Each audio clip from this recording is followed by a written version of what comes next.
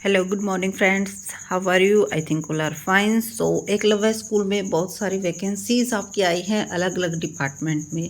तो किस तरह से आपको तैयारी करनी है, क्या कुछ पेपर का पैटर्न रहेगा, उन सब चीज़ों के बारे में डिटेल में डिस्कस करेंगे कि किस पोर्शन से कितने मार्क्स का जो है आपका पूछा जाएगा। क्योंकि कई बार इस चीज़ के लिए कमेंट आ रहे थे, लेकिन बार बार क्योंकि थोड़ा सा बिजी शेड्यूल होते हुए इस चीज़ के बारे में वीडियो नहीं डाली जा रही थी। लेकिन आपकी रिक्वेस्ट की वजह से आज जो है एकलव्य स्कूल में अगर आप शिक्षक बनना चाहते हैं तो किसके लिए अकॉर्डिंग में कौन सी बुक आपको लेनी चाहिए, कैसे आप जीए की तैयारी करें, कैसे आप रीजनिंग की तैयारी करें, इन सब चीज़ों के बारे में डिस्कस करते हैं इस वीडियो में। उससे पहले अगर आप हमारे चैनल पर नए हो तो चैनल को सब्सक्राइब, वीडियो को लाइक और शेयर करना न भूलें। और अगर आप पीजीटी कॉमर्स की तैयारी कर रहे हो तो आप हमारे टेलीग्राम ग्रुप को ज्वाइन कर सकते हो। वहाँ पर आपकी फ्री ऑफ कॉस्ट काफ़ी अच्छी तैयारी करवाई जाएगी। तो चलते हैं और एक बार चेक कर लेते हैं कि क्या पोर्शन कितने मार्क्स का पूछा जाएगा और किस तरह से आपको अपनी तैयारी पर फोकस करना है।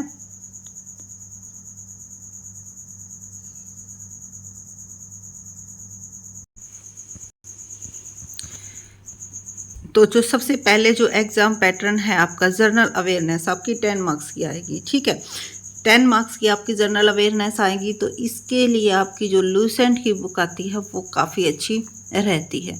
उसके बाद है रीजनिंग आपकी 20 मार्क्स की आएगी। और अगर आप रीजनिंग की प्रिपरेशन कर रहे हो, आपकी अच्छी रीजनिंग है, क्योंकि इतनी ज़्यादा डिफ़िकल्ट रीजनिंग इसमें नहीं पूछी जाएगी, तो ज़्यादा स्ट्रेस लेने की ज़रूरत नहीं है। अग्रवाल की जो बुक आती है, आर.एस. अग्रवाल की बुक, वो काफ़ी अच्छी है रीजनिंग के लिए और आप वहाँ से कवर कर सकते हो। इसके अलावा देखो, इस चीज़ का ज़रूर ध्यान रखिएगा, मैं हर एक बार जब भी वीडियो बनाती हूँ तो इस चीज़ को ज़रूर बताती हूँ कि कोई भी अगर आपके पास बुक है तो द बेस्ट है, नई परचेज करने की आपको ज़रूरत नहीं है। लेकिन नहीं है तो आप जो बता रहे हैं वो परचेज कर सकते हो। और उसके साथ साथ इस चीज़ का भी ज़रूर ध्यान रखिएगा कि आपको ये नहीं है कि क्वांटिटी ज़्यादा होनी चाहिए कि मैंने इस चीज़ की 3 बुक परचेज कर ली, 4 बुक परचेज कर ली, अब इन सब में से पढ़ लूँगा। जी नहीं, जो भी बुक परचेज करो, एक बुक परचेज करो, उसको काफ़ी अच्छे से आप कवर करो। उसको 1-2 जितनी बार उसकी रिवीजन हो सकती है उसी की रिवीजन करो, क्योंकि इससे आप उसमें स्पेशलाइजेशन हो जाएगा और आप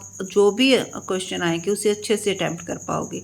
लेकिन अगर आप रिवीजन नहीं करते हो और बुक्स आपने 3-4 पढ़ ली, लेकिन फिर आपका जो रिजल्ट है वो अच्छा नहीं आएगा। ठीक है, उसके बाद है जो थर्ड पोर्शन है, नॉलेज ऑफ आईसीटी। ये आपकी 10 मार्क्स की आएगी। तो जो बेसिक्स नॉलेज होती है आपकी, जो आपके बिल्कुल कंप्यूटर की बेसिक्स नॉलेज के बारे में ही पूछा जाता है। और इसमें जो स्पेशल है MS Word, MS Office access, excel, ये जो है स्पेशली इसका मेंशन है। तो ये आपको मार्केट से कहीं से भी मिल जाएगी, किसी भी ऑथर की आप ये परचेज कर सकते हो। सुशील कुमार की भी एक बुक आती है, वो भी काफ़ी अच्छी है। टीचिंग एप्टीट्यूड के लिए कोई स्पेशल ये नहीं कह सकते कि भाई एक बुक है आपकी। वैसे आपके जो रोहित शर्मा है वो भी काफ़ी अच्छा पढ़ाते हैं, उसके साथ साथ निशा मैम है, वो भी काफ़ी अच्छा करवाती है। सब्जेक्ट स्पेसिफिक, अब बारी आई सब्जेक्ट्स की, क्योंकि सबसे ज़्यादा जो क्राइटेरिया है वो इसी का है और बार बार इसी के बारे में पूछा जा रहा था कि मैम सब्जेक्ट्स के लिए क्या बुक लें। तो सब्जेक्ट्स के लिए अगर आपके पास आपने 11th-12th जो की थी वो बुक रखी हैं तो द बेस्ट है। क्योंकि देखो, कई बच्चों की आदत होती है संभाल कर बुक रखना, तो क्योंकि हमारे पास रखी हैं इसीलिए हम यही कह रहे हैं कि भाई आपके पास हैं तो द बेस्ट है। वरना अगर आपको परचेज करनी है तो आप कोई भी एनसीईआरटी की बुक अपने आस पड़ोस से, फ्रेंड से या किसी से भी आप एनसीईआरटी की बुक प्रेफर करिएगा। एनसीईआरटी की बुक से आप अपना सब्जेक्ट तैयार कीजिएगा।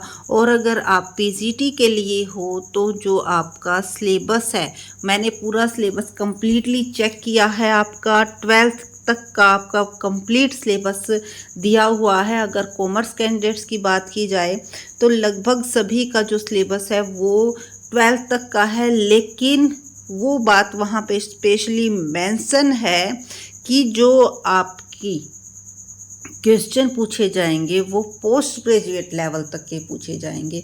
तो यानी कि जो सिलेबस है वो रखा जाएगा 12th तक का, लेकिन उनकी जो कॉन्सेप्ट बेस्ड लर्निंग होगी वो क्वेश्चन आपके पूछे जाएंगे, और वो क्वेश्चन आपके 70 मार्क्स के आएंगे जो डायरेक्ट सब्जेक्ट से पूछे जाएंगे।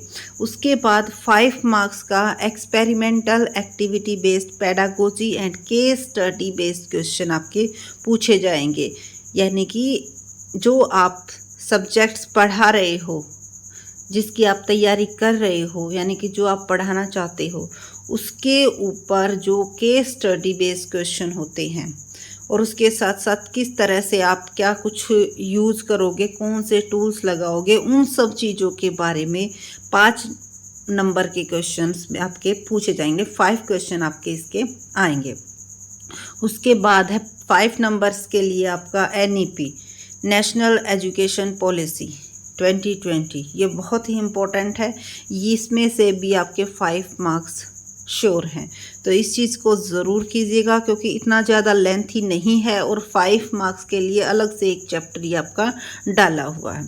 उसके बाद है जो मेन और इम्पोर्टेंट रह जाता है, इस चीज़ को कई बार बच्चे स्ट्रिक्टली नहीं लेते और कहीं ना कहीं मार खा जाते हैं। तो लैंग्वेज कॉम्पिटेंसी टेस्ट है जो आपका जनरल इंग्लिश और जनरल हिंदी, ये आपके 20 मार्क्स के क्वेश्चन आएंगे। 10 मार्क्स की आपकी जनरल इंग्लिश होगी, 10 मार्क्स की जनरल हिंदी होगी, अलग अलग आपका पोर्शन होगा।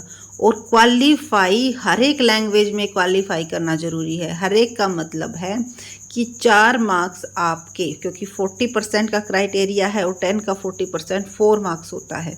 तो इस चीज़ का ज़रूर ध्यान रखिएगा। ये नहीं है कि आपको दोनों में ही 40% यानी कि 8 मार्क्स ले लिए तो आप क्लियर हो जाओगे, जी नहीं।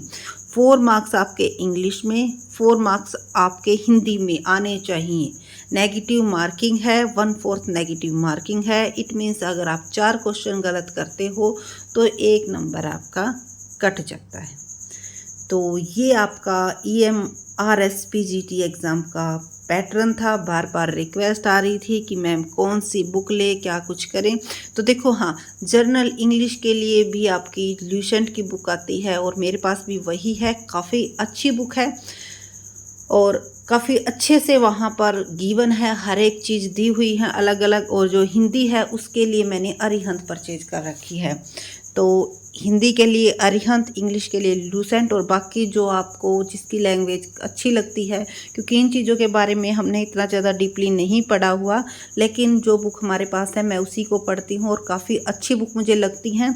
तो अगर आपको कोई किसी भी सब्जेक्ट्स के लिए कोई अच्छी बुक्स है अवेलेबल आपके पास, या फिर आपको कोई राइटर्स की लगती है, तो आप कमेंट सेक्शन में ज़रूर बताइएगा ताकि और फ्रेंड्स भी उसको परचेज कर सकें। सो ये था आपका एकलव्य स्कूल का जो PGT एग्ज़ाम का पैटर्न गिवन है। तो इस तरह से आप कर सकते हो प्रिपरेशन, और अपनी तैयारी में कोई कसर मत छोड़िएगा क्योंकि बार बार ऐसे मौके नहीं मिलते हैं।